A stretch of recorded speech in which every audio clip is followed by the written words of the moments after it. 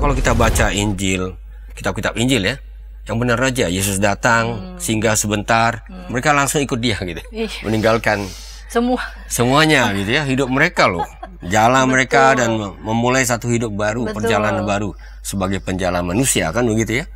Nah, itu sulit dimengerti bagaimana ya gereja Katolik, Petrus itulah yang pertama. Dalam tradisi Ortodoks, Andreas itulah yang pertama. Jadi masing-masing punya tradisi yang punya dasar gitu ya. Dasar Alkitabnya ya. Alkitabnya ya, dalam perspektif yang berbeda. Jadi ini menarik saya pikir ya. Nah, ini kadang-kadang batasnya tipis. Awalnya kita mau bilang kita mau beritakan Tuhan begitu. Lama-lama yang kita beritakan jasa kita sendiri. Apalagi mungkin kita merasa ada pengalaman-pengalaman yang membuahkan hasil ya. Ya, ada keberhasilan di sana sini. Lalu kemudian dalam perjalanannya kita jadi lupa yang kita beritakan, malah jadi jasa kita, malah kita anggap itu prestasi kita.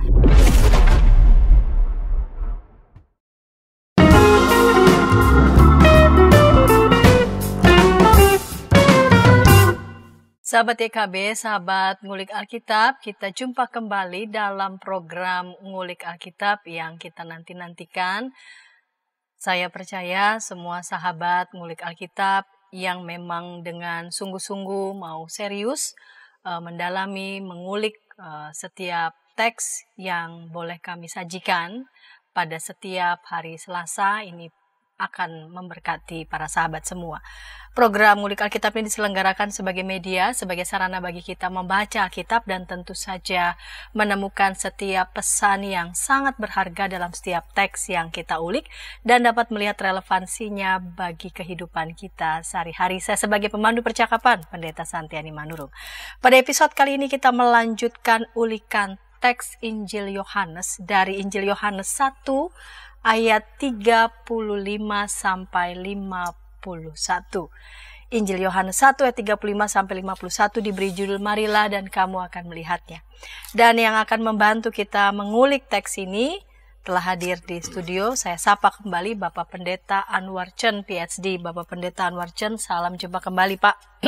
Ya, salam jumpa kembali buat semua sahabat mengulik Alkitab ya. Iya. Episode yang lalu Bapak Pendeta juga mengulik ya Injil Yohanes 1 ayat 19 lalu kemudian sampai 34 dan kali ini melanjutkannya ayat 35 sampai 51. Kita mulai saja dalam doa. Silakan Bapak Pendeta dapat memimpin kita dalam doa. Kita berdoa. Kami bersyukur, berterima kasih ya Tuhan untuk kesempatan ini ketika kami dapat membuka firman-Mu dan membuka hati kami untuk dicerahi oleh firman-Mu. Karena itu kami mohon hikmat-Mu supaya pembelajaran kami ini menolong kami untuk mengerti bagaimana Kristus bisa menyatakan diri, kemudian juga bisa diikuti oleh murid-murid-Mu dari dahulu hingga masa kini. Terpujilah Engkau dalam Yesus Kristus. Amin. Amin. Saya akan membacanya, Injil Yohanes pasal 1 ayat 35 sampai 51. Keesokan harinya, Yohanes berdiri di situ lagi dengan 2 orang muridnya. Ketika ia melihat Yesus lewat, ia berkata, "Lihat, inilah anak domba Allah." Kedua murid itu mendengar apa yang dikatakannya itu, lalu mereka pergi mengikuti Yesus. Namun Yesus menoleh ke belakang. Ia melihat bahwa mereka mengikut dia, lalu berkata kepada mereka, "Apa yang kamu cari?" Kata mereka kepadanya, "Rabi," artinya guru, "di manakah engkau tinggal?" Ia berkata kepada mereka, "Marilah dan kamu akan melihatnya." Mereka pun datang dan melihat di mana ia tinggal, dan hari itu mereka tinggal bersama dia. Waktu itu kira-kira pukul 4. Salah seorang dari keduanya yang mendengar perkataan Yohanes lalu mengikuti Yesus adalah Andreas, saudara Simon Petrus.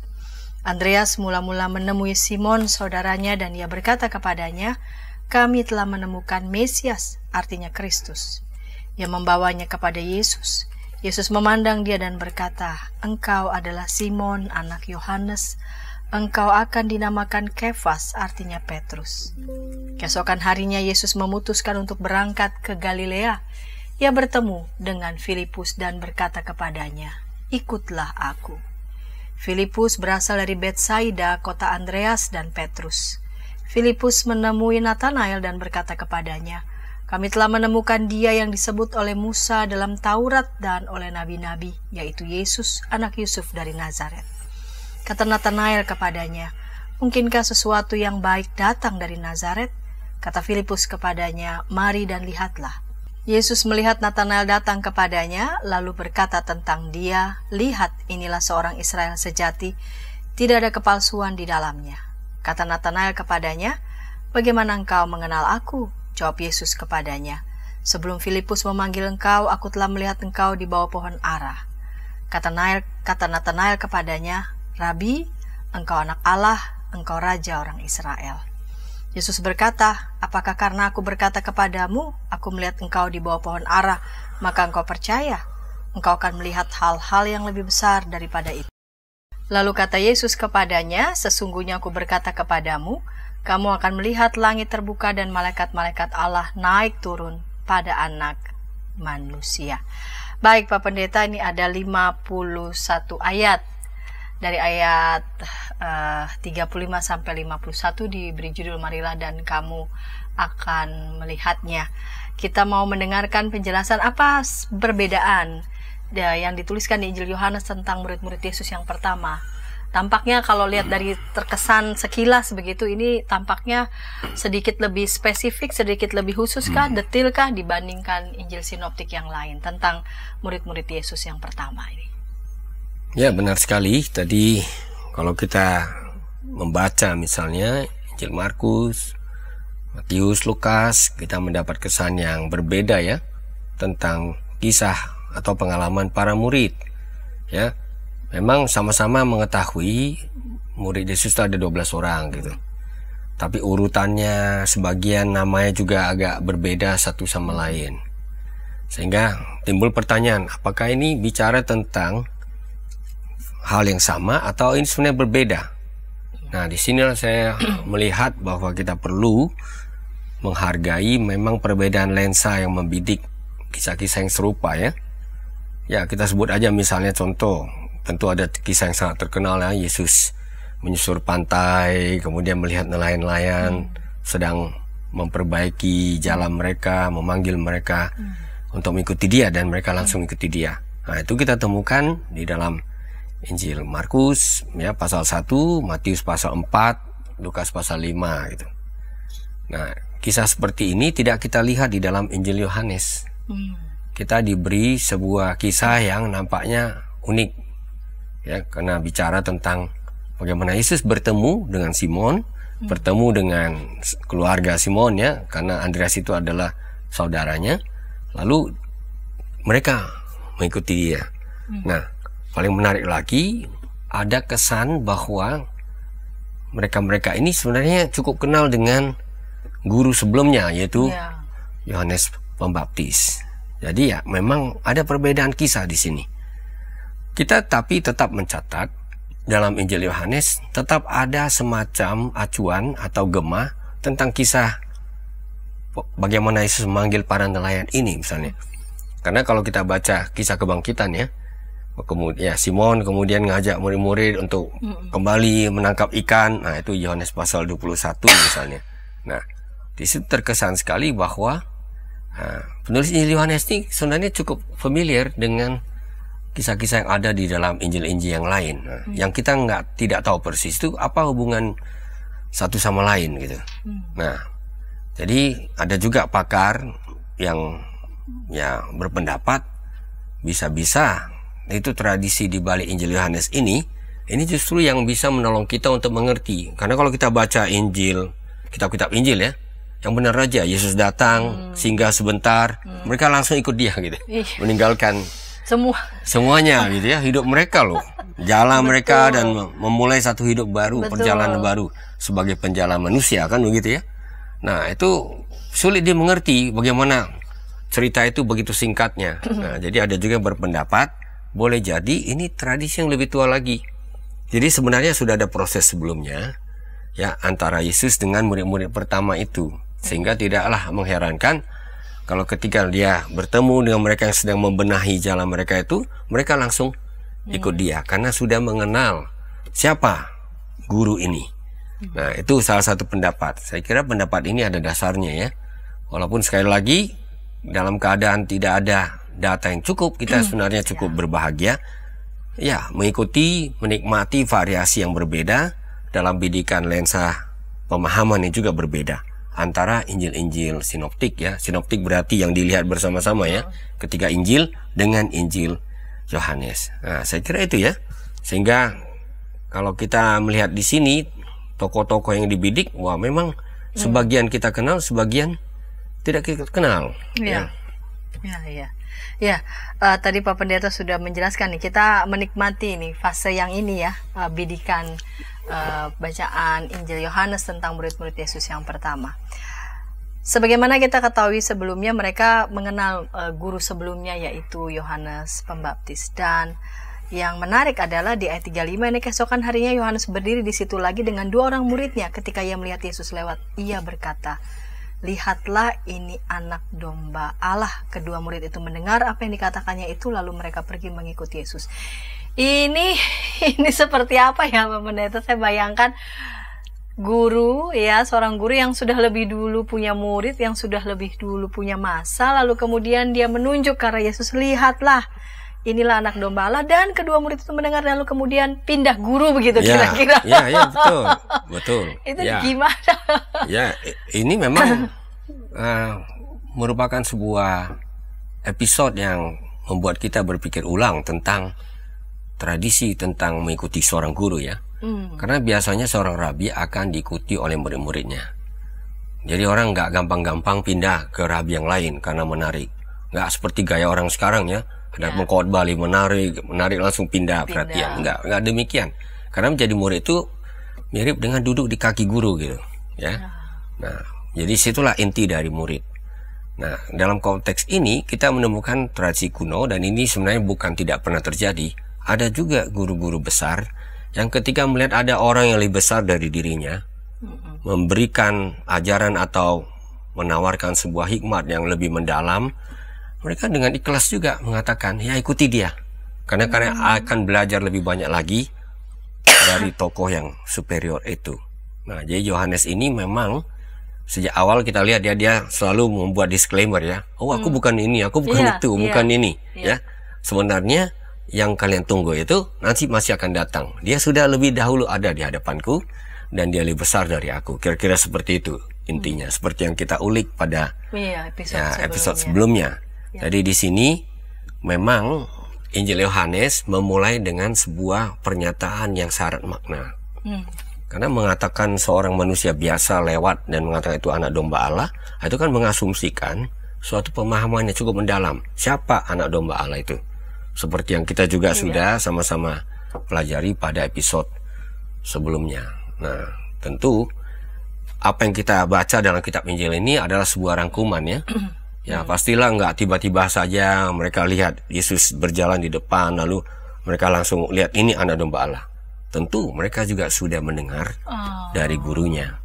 Ya, jadi Injil ini tidak menceritakan semua yang kita ingin tahu. Saya kira untuk konteks Injil Yohanes itu semakin benar. Karena di akhir Injil dia mengatakan banyak sekali hal yang belum dikatakan dan tidak mungkin dikatakan tentang Yesus itu. Ya, dia kata seluruh kitab yang ada di dunia ini dimanfaatkan untuk menulis itu, tetap saya tidak akan mampu memuat seluruh detail atau rincian mengenai Yesus ini. Jadi saya kira ini menolong kita kembali. Ya, kadang-kadang penulis itu tidak tertarik untuk menceritakan semua rincian, tapi dia langsung mengajak pendengar, pembaca untuk melihat intinya gitu. Nah, intinya adalah yang lewat di depan mata kita ini adalah domba Allah sendiri. Tentu di dalam perspektif yang kita sudah sama-sama ulik pada episode sebelumnya ya. Ini kalau orang dengar anak domba, pikirannya larinya kemana? Ke Paskah. Pikirannya larinya kepada Mesias yang menderita, hamba Tuhan yang menderita dalam nubuat Nabi Yesaya. Dan juga nanti belakangan juga pikirannya larinya kemana? Ke anak domba yang dalam kitab Wahyu itu ya. Bahkan ya kalau kita ke belakang sedikit, bisa juga pikirannya lari ke anak domba yang menggantikan Ishak. Jadi ini pernyataan-pernyataan yang sangat syarat makna. Ya, jadi luar biasa Yohanes menegaskan ulang. Dia sudah katakan, dia tegaskan ulang lagi. Dan murid-murid tahu, berarti gurunya mengikhlaskan supaya mereka ikut anak domba ini. Ya, saya rasa seperti itu. Baik, Pak Pendeta, menarik begitu. Yohanes mengatakan, lihatlah ini anak domba Allah.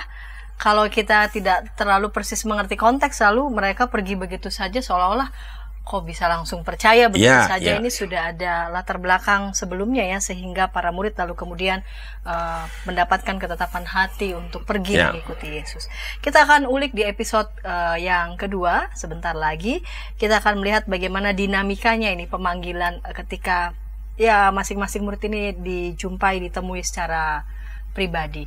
Kita akan ulik di segmen kedua, namun sebelumnya kita dengarkan pesan-pesan berikut ini.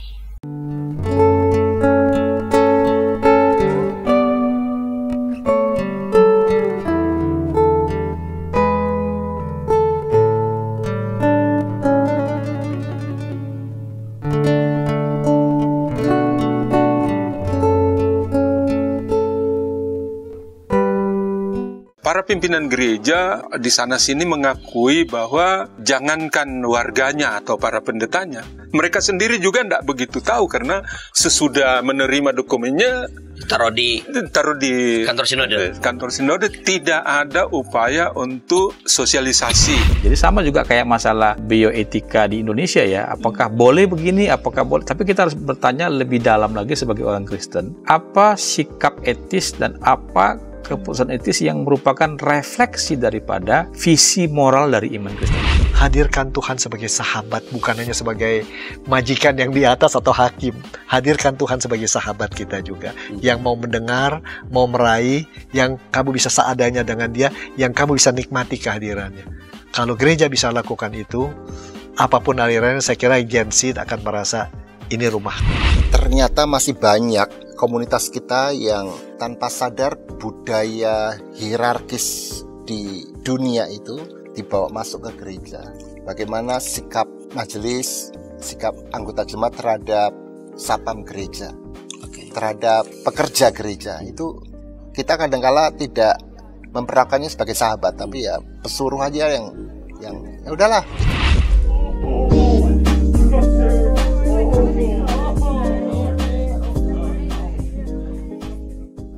Hai kiddos. Inci, betul. Kodok lumpuh dan ayam buta. Kiddy time.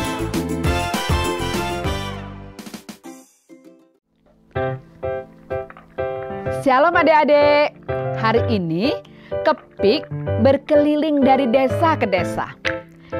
Kepik pengen ke rumah Pak Tani. Coba, ada yang tahu nggak di rumah Pak Tani ada apa saja? Ayo coba tebak. Apa coba? Betul, ada sapi. Mo. Mereka sekarang rukun dan jalan bersama-sama pulang ke rumah Pak Tani. Kak Evelyn, tapi sebelum tidur aku mau dengar dongeng dulu. Katanya tadi sudah ngantuk. Pokoknya aku mau dengar dongeng dulu, kakak. Jadi pangku nih. Kayak cerita ya, siap? Ayam buta hanya bisa mendengar suara orang berseru-seru sambil berlari. Lari, kebakaran. Sekarang kodok lumpuh itu bebas berada di atas punggung semua ayam. Kemanapun dia mau pergi, ayam-ayam siap membawanya.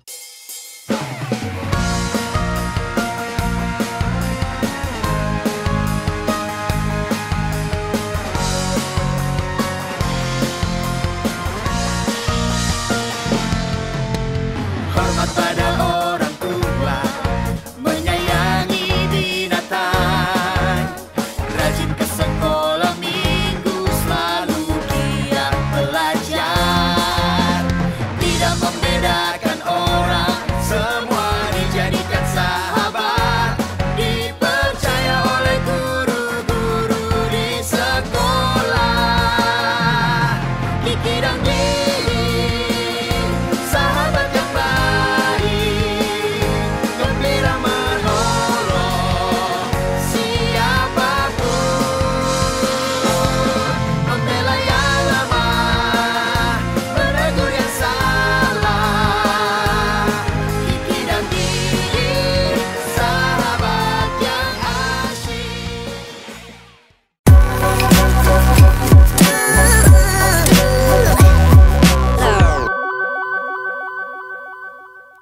Sahabat YKB, sahabat Ngulik Alkitab, senang masih bersama dengan kami dalam program Ngulik Alkitab. Pada episode kali ini kita mengulik Injil Yohanes 1 ayat 35 sampai 51 dengan judul Marilah dan Kamu Akan Melihatnya. Saya sebagai pemandu percakapan, Pendeta Santiani Manurung. Sekarang kita ke narasumber, Pendeta Anwar Chen, PhD, untuk mengulik lanjutannya. Mari Pak Pendeta, kita melihat ini dinamikanya ketika kedua murid ini mendengar, lalu kemudian mengikuti Yesus, terjadi percakapan ini satu persatu. Ya. Silakan Pak Pendeta dapat mengelaborasinya ini. Ya, memang sekali lagi Injil Yohanes itu membuka ruang bagi tradisi yang berbeda ya. Dan tradisi itu memang terasa sekali bedanya dengan Injil-Injil sinoptik yang lain. Biasanya kalau kita baca ketiga Injil yang mirip-mirip itu sinoptik, ya biasanya tokoh utamanya Simon Petrus, gitu ya. Ya, dia paling menonjol. Kita hampir tidak pernah dengar nama, kecuali hanya terdaftar ya, sebagai bagian dari daftar yang 12 itu misalnya Andreas gitu. Ada lagi nama yang lain seperti Nathanael, itu kita nggak pernah jumpain gitu di dalam Injil-Injil sinoptik. Nah, disinilah kita melihat bahkan ada satu nama lagi. Dan nama itu sebenarnya tidak punya nama, anonim. Murid yang dikasihinya. Jadi Injil Yohanes itu memberikan pada kita sebuah perspektif tentang, ya kita sebutlah bagaimana seorang murid di hadapan Tuhannya, ya. Jadi tokoh-tokoh yang lain yang tidak pernah kita dengar di Injil-Injil yang lain itu ternyata mendapat ruang untuk katakanlah dikisahkan, sehingga orang bisa belajar tentang bagaimana murid mengikuti guru. Bahkan tentang Thomas pun, saya rasa Injil sinoptik tidak banyak bicara tentang Thomas. Ya. Tokoh yang paling menonjol itu Simon Petrus, Yudas Iskariot gitu. Memang tokoh yang sangat beda ya secara ekstrim gitu. Nah itulah yang membuat kita membidik kembali, misalnya Andreas. Saya kira menarik sekali nih Andreas ini, ya. Kitab-kitab Injil hanya mendaftarkan namanya, dan biasanya dia disebut sebagai saudara Simon. Jadi dia punya peran sekunder gitu, saudara Simon ya, dan sama-sama dipanggil waktu mereka sedang menebarkan jala di Danau Galilea ya. Nah, malah Lukas pasal 5 kisah sejarah tidak menyebut nama Andreas. Jadi Andreas saudara Simon ini itu mendengarkan perkataan Yohanes tentang Yesus sebagai anak domba, dan dialah yang pertama menemui Simon. Ya. Jadi memang selalu disebut sebagai yang sekunder, tapi dialah yang pertama menemui Simon. Hampir-hampir kita boleh mengatakan dialah sesungguhnya penginjil pertama yang memberitahukan bahwa dia telah bertemu dengan Kristus ya. Karena dia betul-betul mengatakan, ya aku sudah menemukan Mesias. Mari kita lihat di ayat 41 ya. Di situ dia katakan, Andreas mula-mula menemui Simon saudaranya dan berkata, kami telah menemukan Mesias. Ya. Nah, ini pengakuan, tapi pengakuan itu tidak berhenti pada dirinya. Ini langsung dia beritahukan kepada saudaranya sendiri. Nah, saya kira ada benar yang katakan tadi ya. Itu yang membuat kita mengerti kenapa itu anak-anak Zebedius itu, Simon dan lain-lain ini mau meninggalkan menurut Injil sinoptik. Begitu Yesus ngajak, mereka mau ikut ya. Jadi ada semacam sambungan tradisi. Ya, walaupun tadi sudah saya akui kita nggak tahu 100%, tapi ada hubungan-hubungan di balik kisah yang sangat berbeda ini. Nah, jadi mata rantainya Andreas ini yang pertama yang menampilkan sebuah modal yang relevan ya bagi mata rantai kesaksian ya. Kalau di dalam Injil sinoptik, Yesus itu langsung digambarkan sebagai pemberita kerajaan Allah, seperti Yohanes Pembaptis banyak diikuti gitu ya. Kalau kita baca Injil Yohanes ini, dia lebih pelan, lebih personal ya, lebih spesifik ya. Jadi seperti pendekatan-pendekatan pribadi untuk memperkenalkan siapa sesungguhnya yang disebut sebagai Mesias itu ya. Jadi Andreas sampaikan kepada Petrus, lalu kemudian mereka bertemu dengan Yesus kan gitu. Dan menarik, sebenarnya ada pengakuan yang mirip juga ya, karena begitu ketemu dengan Petrus, Yesus mengatakan apa? Sama pernyataan-pernyataannya. Kita bisa lihat kembali. Ya, ini dia katakannya. Engkau adalah Simon, ayat 42, anak Yohanes. Engkau akan dinamakan Kefas. Ya, memang kalau dalam tradisi Injil Matius di atas batu karang ini. Jadi dikaitkan Kefas itu batu karang itu. Tapi di sini dia yang sebutkan Kefas. Karena betul nama alias dari Petrus adalah Kefas. Tentu ini adalah bahasa Aram ya. Nah, jadi kita lihat di sini mata rantai berikutnya adalah Yesus menjumpai Filipus. Itu orang-orang Galilea semuanya ini. Lalu nanti Filipus menemui Nathanael. Nah, begitu ya.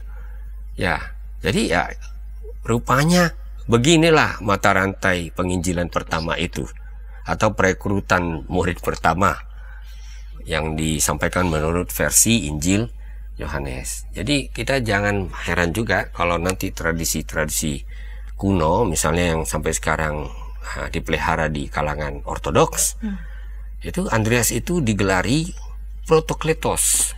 Proto artinya pertama, kletos yang dipanggil. Yang pertama yang dipanggil gitu. Dengan kata lain dia mendapat sebuah kehormatan sebagai yang pertama dipanggil. Nah, oleh karena itu ya biasanya dalam tradisi ya gereja Katolik, Petrus itulah yang pertama. Dalam tradisi Ortodoks, Andreas itulah yang pertama. Jadi masing-masing punya tradisi yang punya dasar gitu ya. Dasar Alkitabnya ya. Alkitabnya ya, dalam perspektif yang berbeda. Jadi ini menarik saya pikir ya. Nah, jadi kalau gereja tradisi Ortodoks meyakini ya dari Andreas inilah mata rantai suksesi para uskup itu. Ya itu yang pertama. Nah ini kita memang tidak banyak mendengarkan Andreas ini ya.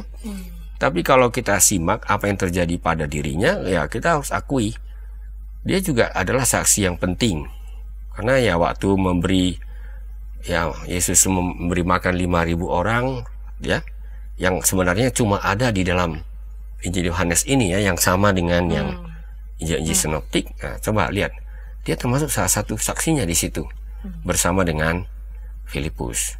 Jadi ya kita memperoleh sebuah gambaran yang memang ya cukup berbeda. Ini figur yang biasa-biasa saja ini, yang kurang dikenal ini, justru berinteraksi dengan Yesus kalau menurut Injil Yohanes ya. Dan dia termasuk yang positif reaksinya ketika dia bicara tentang Yesus, kecuali pada awal ya, ketika dia diberitahu gitu ya, mungkin timbul pertanyaan, ini siapa sesungguhnya Yesus ini. Tapi kita melihat misalnya ketika Yesus memberi makan kepada ribuan orang untuk ya 5 roti 2 ikan yang terkenal itu ya. Nah, Filipus kan langsung skeptis ya, bagaimana ini bisa memberi makan begitu banyak orang. Nah, Andreas memberi perspektif yang beda. Dialah yang mengatakan ada seorang anak punya 2 roti jelai dan 5 ikan. Nah, ini kan nggak ada tradisi itu ya, yang menyebutkan ini di dalam Injil-Injil Sinoptik. Itu tentang Andreas misalnya. Nah, yang lain tokohnya itu misalnya kita menemukan Filipus. Ya, ini hanya sebut dalam kitab ketiga Injil Sinoptik, tapi Injil Yohanes menuturkannya secara lebih terperinci. Dia berasal dari kampung yang sama ya, dan dia bersama dengan Andreas menjadi saksi mujizat penggandaan roti dan ikan ya. Nah, dalam percakapan terakhir dengan para murid, Yesus menegurnya ya. Karena ketika kita ingat ya salah satu ayat yang sangat penting itu ya, akulah jalan kebenaran dan hidup gitu. Nah, lalu Filipus yang mengatakan, tunjukkanlah Bapa itu kepada kami gitu. Nah, Yesus tegur dia, engkau sudah sekian lama bersama aku, Filipus, dan kau tidak mengenal aku. Nah, gitu ya. Jadi itu yang membuat kita melihat, wow, ternyata ada sisi lain dari tokoh-tokoh yang hanya disebut sambil lalu saja di dalam ketiga Injil itu. Siapa lagi misalnya? Salah seorang di antaranya tentu yang namanya tidak disebut dimanapun dalam Injil Sinoptik adalah Nathanael. Coba, ini memang unik ini sehingga timbul pertanyaan, apakah dia termasuk kelompok 12 itu? Atau dia memang seorang murid tapi tidak termasuk dalam kelompok 12. Nah, ini kita nggak tahu ini. Ada juga yang mencoba menjelaskannya dengan menyamakannya sebagai Bartolomeus. Karena Bartolomeus itu sebenarnya dari bahasa Aram ya. Bar itu artinya anak. Sama dengan Ben dalam bahasa Ibrani ya. Jadi mungkin saja ada murid Yesus bernama Andreas Bartolomai. Itulah.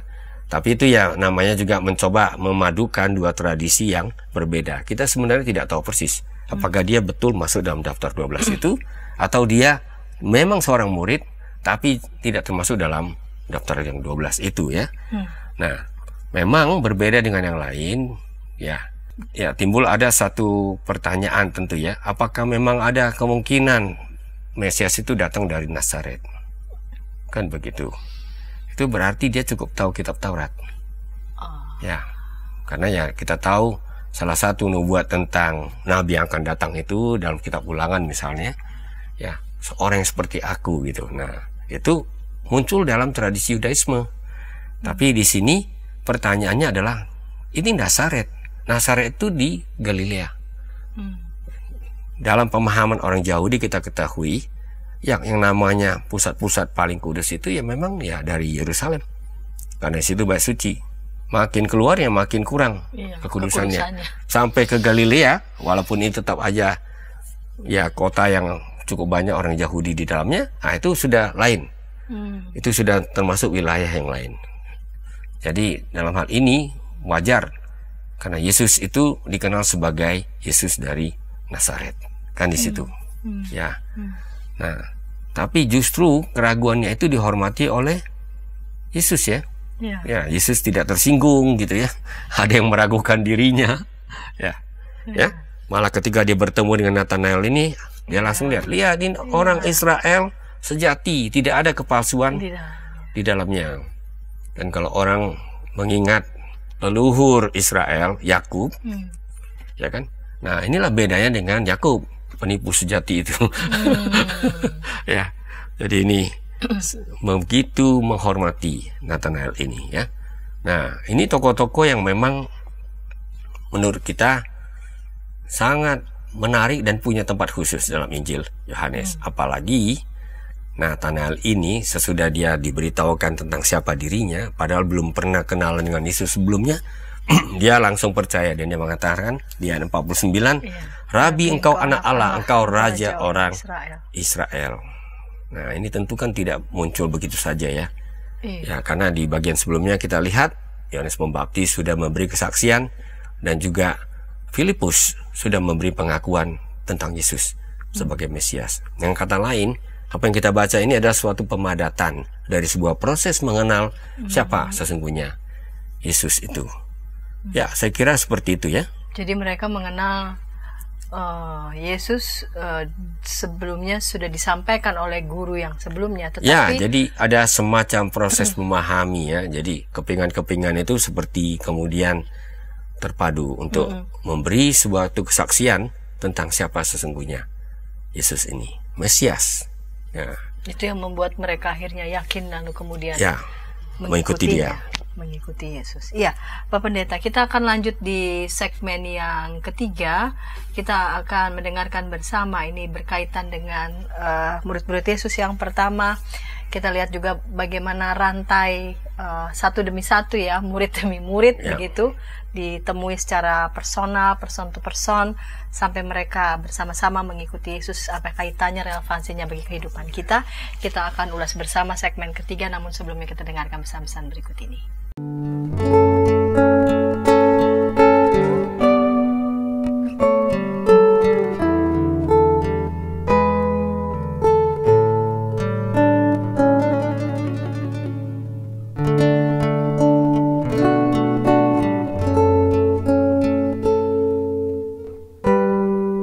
Para pimpinan gereja di sana-sini mengakui bahwa jangankan warganya atau para pendetanya, mereka sendiri juga tidak begitu tahu, karena sesudah menerima dokumennya taruh di kantor sinode, tidak ada upaya untuk sosialisasi. Jadi sama juga kayak masalah bioetika di Indonesia ya, apakah boleh begini, apakah boleh, tapi kita harus bertanya lebih dalam lagi sebagai orang Kristen, apa sikap etis dan apa keputusan etis yang merupakan refleksi daripada visi moral dari iman Kristen.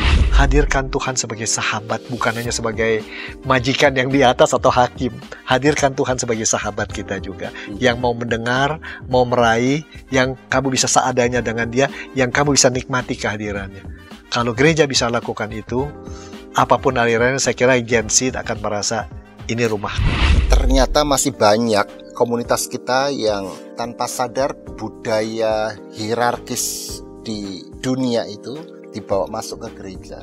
Bagaimana sikap majelis, sikap anggota jemaat terhadap satpam gereja, terhadap pekerja gereja, itu kita kadang-kala tidak memperlakukannya sebagai sahabat, tapi ya pesuruh aja yang ya udahlah.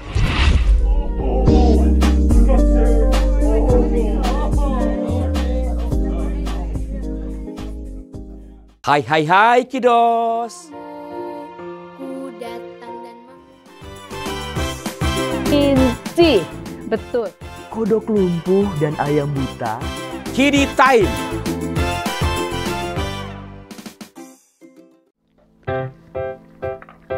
Shalom adik-adik.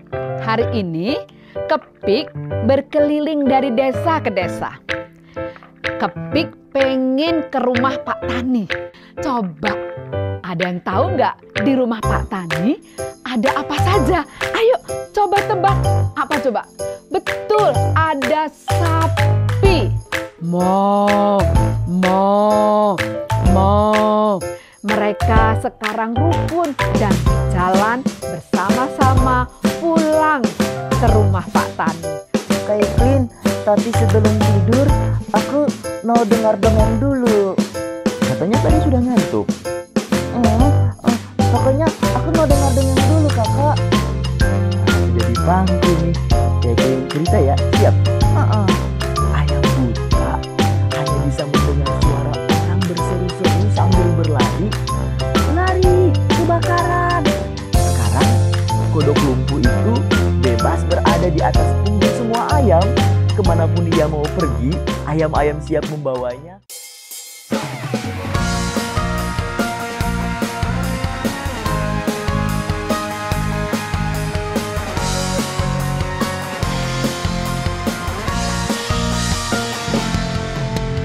Hormat pada orang tua, menyayangi binatang, rajin ke sekolah minggu, selalu giat belajar, tidak membedakan orang, semua dijadikan sahabat, dipercaya oleh guru-guru di sekolah. Kiki dan Didi, sahabat yang baik, gembira menolong siapapun, membela yang lemah, menegur yang salah. Kiki dan Didi, sahabat yang asyik.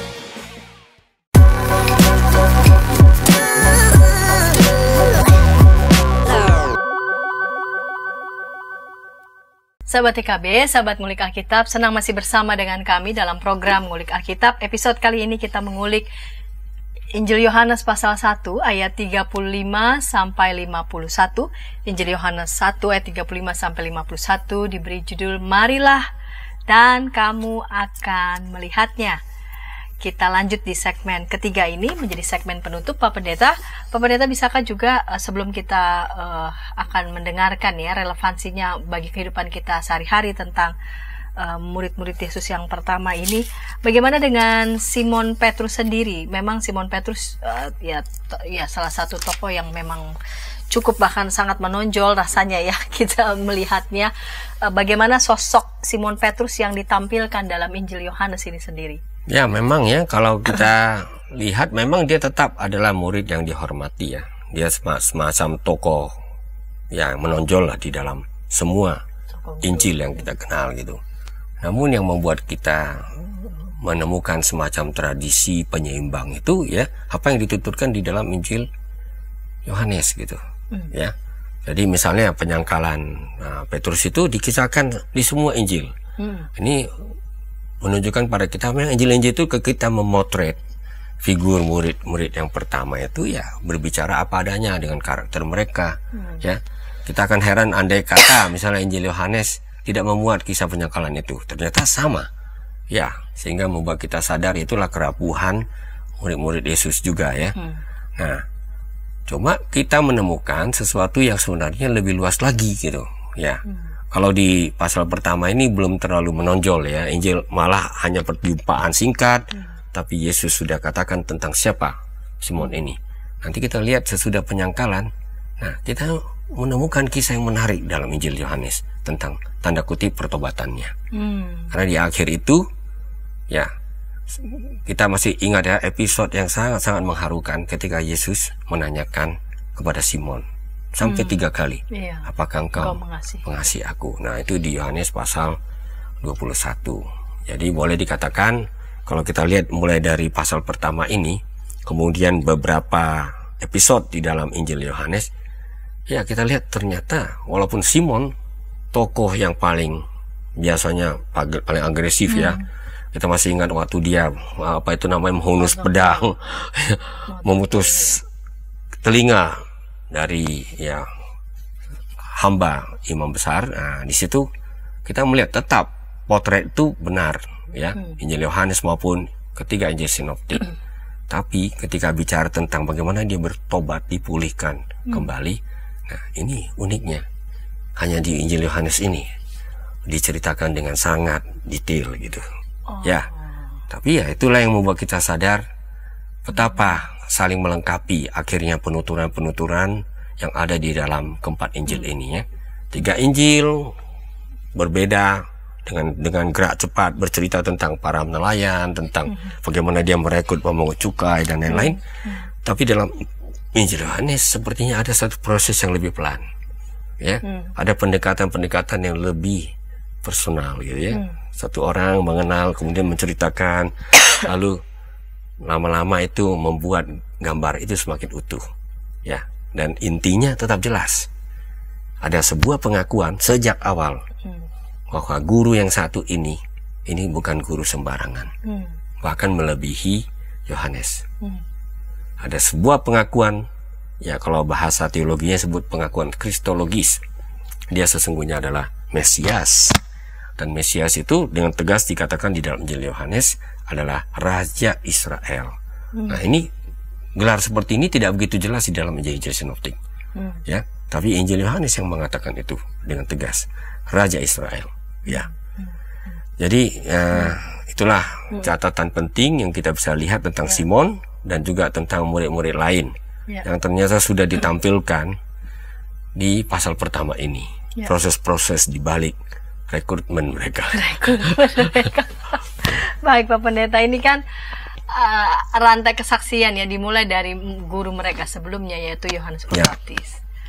Lalu kemudian terus memperkenalkan kepada para muridnya tentang siapa itu Yesus ya. Inilah anak domba Allah. Rantai itu terus menerus dari Yohanes, lalu kemudian Andreas, lalu kemudian pada Petrus, pada Nathanael, pada Filipus. Nah, pertanyaannya adalah ini apa relevansinya bagi kehidupan kita saat ini? Apakah kita juga diminta untuk di konteks yang sangat beragam, misalkan gitu Pak Pendeta, yang seperti ini, bagaimana kita memaknai menjadi murid, rekrutmennya, metodenya, atau lebih pada apa ya, atau lebih pada semangatnya kah, lebih pada spiritnya kah Pak Pendeta? Ya, memang menjadi murid dalam konteks Injil Yohanes ini memang menjadi saksi-saksi ya, yang akan menegaskan siapa Yesus itu. Tentu di dalam dialog-dialog Yesus sudah ungkapkan dirinya. Misalnya pada bagian terakhir di perikop kita tadi kepada Nathanael, ya dia katakan kamu akan melihat langit terbuka dan malaikat-malaikat Allah naik turun pada anak manusia. Ini kan menggemakan pengalaman Yakub ya di Betel gitu ya. Nah, ini mau mengatakan kepada kita ini yang jembatan antara langit dan dunia ini, inilah Yesus ini. Ya, wahyu itu yang menyatakan siapa Allah itu sesungguhnya. Dan ketiga dia menyatakan dirinya, tentu di situ dia menyatakan dirinya pertama-tama kepada orang-orang yang itu murid-murid pertama tadi. Ya. Jadi tahapan demi tahapan dijalani, ada sebuah proses di situ. Nah, kalau dalam Injil Sinoptik kita mendapat kesan yang kuat, Yesus langsung berkhotbah ya, langsung memberitakan Injil Kerajaan Allah. Orang mengikuti dalam lingkaran yang luas itu ada semacam kelompok inti. Tapi kok di dalam Injil Yohanes dia ceritakan dulu itu bagaimana kelompok inti ini direkrut gitu ya, dipersiapkan sampai kepada perspektif mesianik tentang guru mereka. Nah, ini memang yang membedakan Injil Yohanes dengan Injil-Injil yang lain. Nah, kalau bicara tentang itu, kita akhirnya jadinya mengakui ya memang bagus sekali ada keragaman di balik penuturan Injil tentang siapa murid Yesus. Itu membuat kita jadinya diajak untuk menghargai keragaman di dalam soal tanda kutip memberitakan Injil. Ya, ada yang memang sifatnya lebih umum ya kepada khalayak ramai, tapi ada juga pendekatan-pendekatan pribadi yang membuka ruang untuk ya berdialog, berdiskusi, menceritakan siapa guru yang baru saja saya kenal itu ya. Dan tentu dalam rangkuman Injil Yohanes pada intinya ini mengajak kepada siapa saja yang akan menjadi murid-murid Yesus untuk mengenali bahwa dia sesungguhnya adalah anak Allah itu ya, raja yang akan datang itu. Jadi inilah yang menolong kita untuk memaknai juga arti kesaksian menjadi murid dalam dunia kita pada masa kini ya. Ya, sebagian orang melakukannya dalam bentuk yang lebih sistematis dan luas, tetapi panggilan yang sama ditujukan kepada setiap pribadi untuk ya bercerita, bersaksi, membuka ruang diskusi, dialog dalam keseharian kita ya. Saling mengajak. Sebenarnya ini juga pengalaman saya ya. Saya ini bukan penginjil yang hanya dari mimbar. Awal-awalnya malah lebih mirip murid-murid ini. Ketika saya jadi orang percaya ya, rupanya dorongan berikutnya adalah ajak orang lain. Dan itu tidak dengan teriak-teriak gitu, nggak ada. Hanya ya dialog-dialog kecil. Kadang-kadang dengan memfasilitasi perjumpaan. Nah gitu ya. Jadi nggak langsung kita harus menginjili. Kadang-kadang hanya bagaimana kalau ada acara begini, mau ikut nggak kamu? Nah, gitu. Ya, dan itu ternyata acara itu fokusnya kepada memperkenalkan siapa Kristus. Dan believe it or not, ini terjadi dalam kisah nyata ya. Teman saya yang pernah menghadiri sebuah retreat hanya dengan alasan wah di sana itu kita nyanyi-nyanyi gembira. Saya sendiri nggak ikut retreat itu. Ketika turun gunung, wah dia jadi pengikut Kristus. Itu betul-betul terjadi. Dia jadi pengikut Kristus sudah turun gunung. Saya sendiri sampai kaget. Jadi ya ini perjumpaan-perjumpaan seperti ini sebenarnya ya menolong kita untuk bercermin dari kitab suci ya, apa yang dituturkan misalnya dalam Injil Yohanes ini.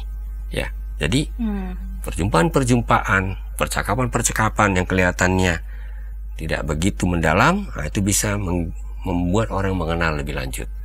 Ya, kemudian membuat orang bisa juga terarah kepada sebuah perjumpaan dengan Tuhan dalam konteks kehidupan ini. Saya rasa seperti itu yang bisa saya refleksikan dari ya penuturan Injil Yohanes mengenai murid-murid yang pertama itu. Jadi tadi Pak Pendeta menekankan sekali berapa kali kata dialog ya. Kata dialog. Di sini juga Yohanes Pembaptis kalau kita lihat dari episode sebelumnya juga terbuka saja diajak bicara ya, terbuka saja diajak ngobrol, baru kemudian seberapa jauh juga pertanyaan orang pun dia sambut sekali begitu. Dia tidak defense begitu ya. Mungkin kapasitas seperti itu rasanya juga perlu kita miliki nih sebagai murid-murid Yesus. Dan perlu juga ada suatu integritas di balik kesaksian itu. Ya, tidak melebih-lebihkan ya. Coba kan ya di tengah-tengah dunia kita yang selalu berebut perhatian gitu ya. Kadang-kadang saya suka refleksikan, wah itu harus punya jiwa besar, perspektif yang sangat besar juga untuk bisa mengakui bahwa bukan saya, dia. Nah, gitu. Ya, seperti episode kita sebelumnya. Dan Yohanes dengan sangat jelas mengatakan, walaupun dia adalah guru yang banyak diikuti orang, tapi dia bukan yang dijanjikan akan datang itu. Nah, disinilah perlu ada semacam integritas begitu ya di dalam percakapan kita, kesaksian kita tentang Tuhan, tentang Yesus Kristus. Bukan kita yang sedang kita beritakan. Ya, itu dia intinya. Bukan kehebatan kita yang sedang kita beritakan. Ini kadang-kadang batasnya tipis. Awalnya kita mau bilang kita mau beritakan Tuhan begitu. Lama-lama yang kita beritakan jasa kita sendiri. Apalagi mungkin kita merasa ada pengalaman-pengalaman yang membuahkan hasil ya. Ya, ada keberhasilan di sana sini. Lalu kemudian dalam perjalanannya kita jadi lupa yang kita beritakan, malah jadi jasa kita, malah kita anggap itu prestasi kita, tidak lagi dia yang kita beritakan. Nah, di sini Yohanes Pembaptis pembacaan Injil Yohanes membantu kita nih untuk melihat kerendahan hati dan kebesaran hati Yohanes Pembaptis. Berarti pengenalan dia pada Yesus sungguh-sungguh mendalam. Ya, tentu dia punya perspektif yang berbeda ya. Ya. Tapi apa yang dia pahami itu dia sampaikan secara otentik kepada murid-murid, dan murid-murid terbuka. Ya, kita lihat kan nggak semua langsung merangkul. Nathanael bertanya misalnya, skeptis kan, yang bener ini datang dari Nazaret. Saya pahami nggak seperti itu gitu. Nah, itu dia. Saya kira wajar-wajar saja, walaupun dalam bentuk kuno tentunya. Ini kan cerita berapa ribu tahun lalu ya. Iya, betul. Saya kira wajar-wajar ada tempat untuk pertanyaan-pertanyaan kritis, skeptis ketika kita berdialog, bertemu dengan orang lain yang mempertanyakan tentang Yesus Kristus. Disikapinya dengan cool saja kalau memang ada perbedaan-perbedaan atau kekayaan-kekayaan perspektif begitu ya. Tetapi ketetapan hati Yohanes Pembaptis itu tetap, dan mungkin itu juga yang menggugah murid-muridnya ini untuk melihat betul bahwa apa yang disampaikan Yohanes itu sungguh-sungguh benar. Ya, justru itu. Bukan pura-pura begitu. Bukan pura-pura, tapi sungguh-sungguh otentik. Baik Pak Pendeta, terima kasih untuk kesediaan mengulik pada episode kali ini. Injil Yohanes pasal 1 ayat 35 sampai 51. Marilah dan kamu akan melihatnya. Kita diajak untuk memaknai lagi ya, dan begitu masih sangat relevan bagi kehidupan kita sehari-hari.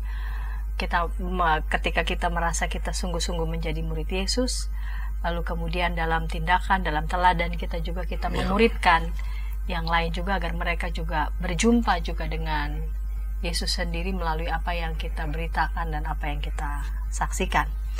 Kita akan menutup tayangan ini dalam doa, dan ketika tayangan ini boleh memberkati sahabat dapat membagikannya kepada sebanyak mungkin orang dan dapat menekan tombol like maupun subscribe sehingga boleh mendapatkan update dari tayangan YKB TV. Mari Pak Pendeta menutupnya dalam doa. Kita berdoa. Kami sungguh bersyukur sekali lagi ya Tuhan, karena hari ini melalui pembelajaran kami Engkau paparkan kepada kami bagaimana murid-murid pertama mengikut Engkau.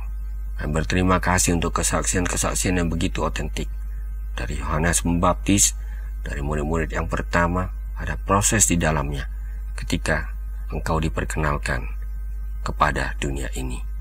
Kiranya ini menolong kami juga Tuhan untuk meneladani apa yang menjadi proses dibalik menjadi murid, menjadi saksi bagi Kristus. Terima kasih untuk pembelajaran ini, dan kiranya ini kami bawa dalam kehidupan sehingga dalam perjumpaan kami dengan orang-orang lain melalui dialog-dialog yang terbuka, yang menghargai, kami tetap bisa menyaksikan kabar baik itu tentang Yesus Kristus. Terpujilah Engkau ya Tuhan. Amin. Amin.